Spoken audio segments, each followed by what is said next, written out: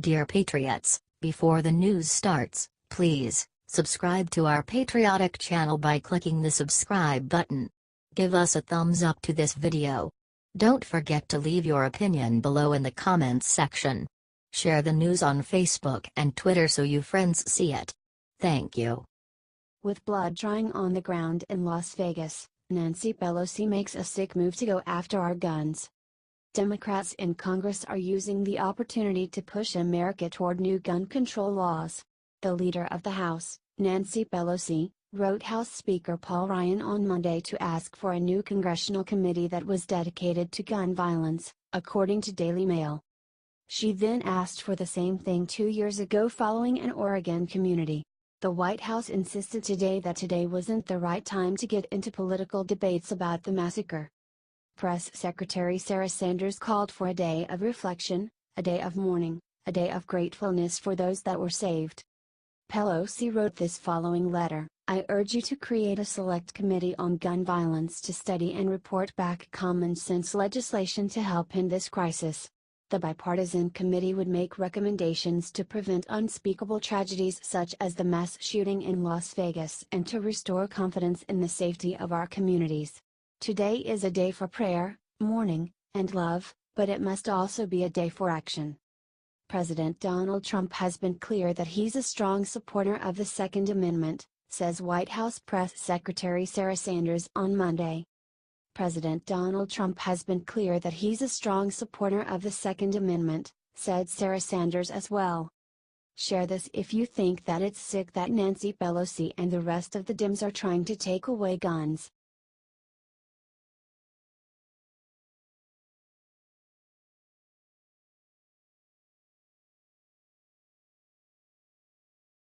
Lady Gaga and Julianne Moore just did something sick to take advantage of Las Vegas attack.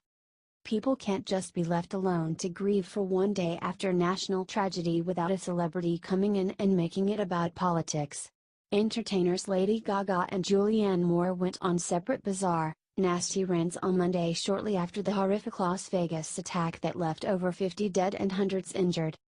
Gaga was responding to a tweet from Paul Ryan, which read, America woke up to heartbreaking news from Las Vegas. We stand united in our shock, our condolences, and our prayers. Another call for gun control and then calling the incident terror. Terrorism has a very specific definition: the unlawful use of violence and intimidation, especially against civilians, in the pursuit of political aims. The operative word here is political aims. Maybe she should go to the police immediately and tell them what she knows that they don't, because right now, we do not know the motive of the attack. We do not know what the political aims were, or if there were any political aims at all. Julianne Moore took it up another notch, mocking those offering thoughts and prayers by retweeting human rights advocate Greg Hogbin. Julianne Moore is an ardent anti-gun activist, and Lady Gaga signed a petition urging stricter gun laws in 2014. Celebrities make gun control seem so simple, but it is anything but simple. France has extremely strict gun control and they have mass shootings, including the horrific 2015 attack in Paris that left 137 dead and over 400 injured. Chicago has tough gun laws but has one of the highest gun violence rates in the country. When celebrities just come out of the woodwork to demand gun control after these horrific attacks, they show blatant disrespect for the victims and an almost sickening opportunism. The Las Vegas attack was a tragedy on a massive scale that will take weeks, if not years, to fully comprehend. While the authorities are still sorting out what happened, what is so wrong with simply praying for the victims, for their families, and the officers in charge of understanding this crime, and save the politics for another day? HT Daily Mail.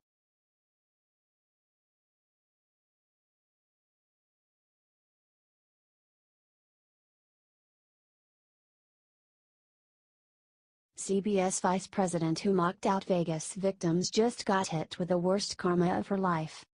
Sometimes justice is slow. But sometimes, like in the case of a top lawyer for CBS Haley Jeffman Gold, justice is very, very quick. Right after the horrific attack on concert-goers in Las Vegas Sunday night, Jasmine Gold posted a sick comment on Facebook saying she was not even sympathetic to the victims because country music fans are often Republican. Luckily this time her employer wasn't going to take it. A CBS spokeswoman said Jasmine Gold, who was with us for approximately 1 year, violated the standards of our company and is no longer an employee of CBS. Her views as expressed on social media are deeply unacceptable to all of us at CBS. Our hearts go out to the victims in Las Vegas and their families. Bye. The ex-lawyer wrote an apology later Monday night, saying, "Earlier today I posted an indefensible post in a Facebook discussion thread concerning the tragic Las Vegas shooting, a statement I sincerely regret. I am deeply sorry for diminishing the significance of every life affected by Stephen Paddock's terrorism last night and for the pain my words have inflicted on the loved ones of the victims. My shameful comments do not reflect the beliefs of my former employer, colleagues, family, and friends. Nor do they reflect my actual beliefs. This senseless violence warrants the deepest empathy. I understand and accept all consequences that my words have incurred." Jasmine Gold's lawyer also put out a statement. "In the last few hours my client, her family and friends have been bombarded by online death unimaginable in quantity and detail. We beg people to show love and support to survivors and loved ones, in Las Vegas and their own lives, instead of creating more violence." Her lawyers has a point: there's no need to harass this woman. She said something truly appalling, her employer found out, and now she's paying the price by losing her job.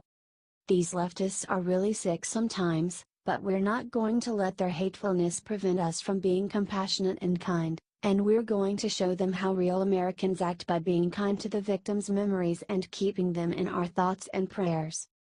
Share it out if you agree. HT Fox News.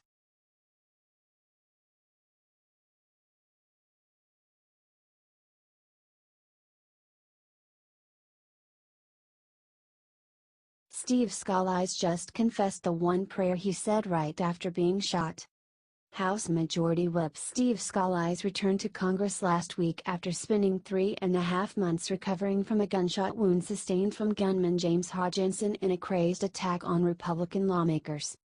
Scalise and his wife Jennifer just sat down with CBS's 60 Minutes' Norah O'Donnell for their first interview since the attack.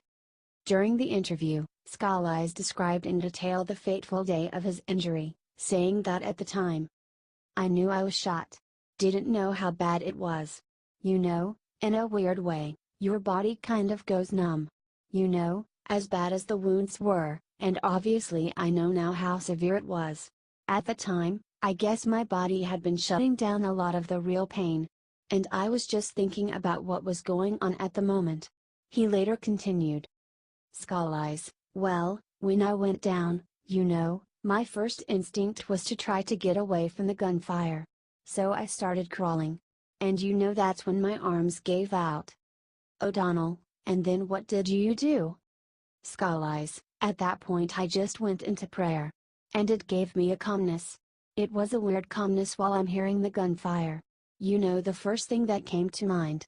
I prayed, God, please don't let my daughter have to walk up the aisle alone. That was the first thing that came to mind." It is nothing short of a miracle that Steve Scalise was able to survive that day and walk into Congress 3.5 months later. Scalise's femur was shattered by the bullet, which also caused extreme internal damage. It is so incredible to know this man got to see his family again, and he can still walk his daughter down the aisle. Love Steve Scalise? Share this out 50,000 times. HDCBS News.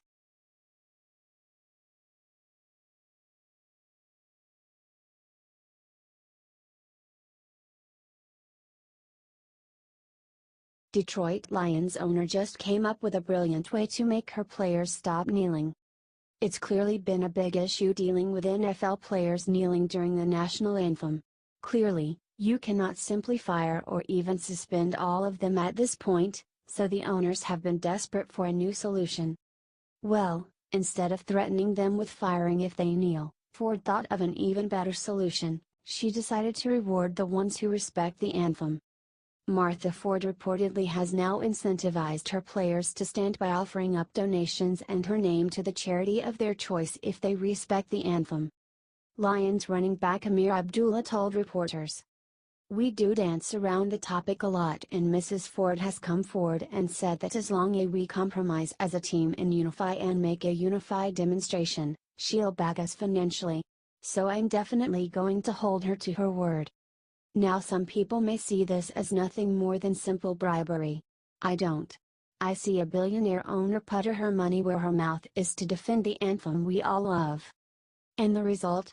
Well, standing players, of course. Now they get to help causes without insulting our soldiers. Let's get this out everywhere quick and see which NFL owners are willing to do what it takes to get the results.